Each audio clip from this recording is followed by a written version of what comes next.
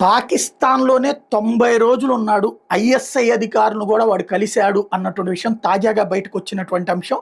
పాకిస్తాన్‌కి 2 సార్లు వెళ్ళొచ్చిన ఓ వ్యక్తిని ఢిల్లీ పోలీసులు అదుపులోకి తీసుకున్నారు.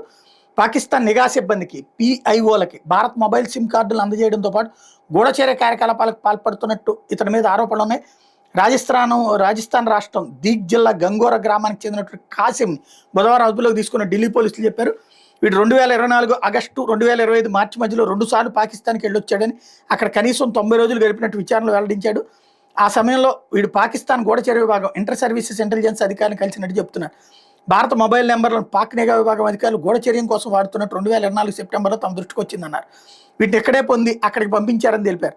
ఈ నెంబర్లను వాడుకుంటూ సామాజిక మాధ్యమాల ద్వారా వివిధ మార్గాల్లో భారతీయులు వల్ల వేసుకుని ఆర్మీకి సంబంధించిన సున్నిత సమాచారం సేకరిస్తున్నట్టు గుర్తించామని చెప్పారు. వీటి మీద దర్యాప్తు సమయంలో కాసిం పేరు బయటకు వచ్చినట్టు చెప్పారు.